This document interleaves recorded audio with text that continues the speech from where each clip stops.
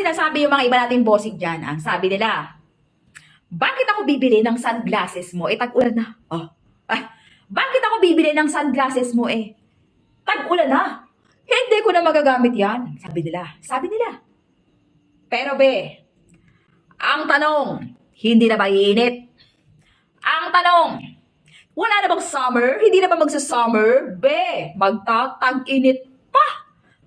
So ngayon, bumili ka nito. Alam kung bakit? Napakamura ngayon tong tag-ulan. Ngayong tag-ulan, sobrang price down to ngayon. Sobrang mura. Ang presyo ng ating sunglasses na ito, bagsak presyo. Ngayon, tag-ulan. Pero, pagpatak ng tag-init, congratulations! Good luck!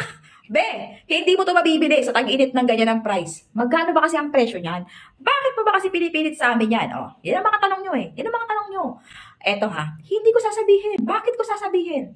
Ayan ang yellow basket ko. I-click mo lang dyan. I-click mo lang dyan sa yellow basket ko nang matulala ka at makita mo kung gaano kabagsak presyo to. Makita mo yung original price ng ating sunglasses nung tag-init. Tapos ngayon, dahil tag-ulan, sobrang price down na be. Alam na gagawin mo.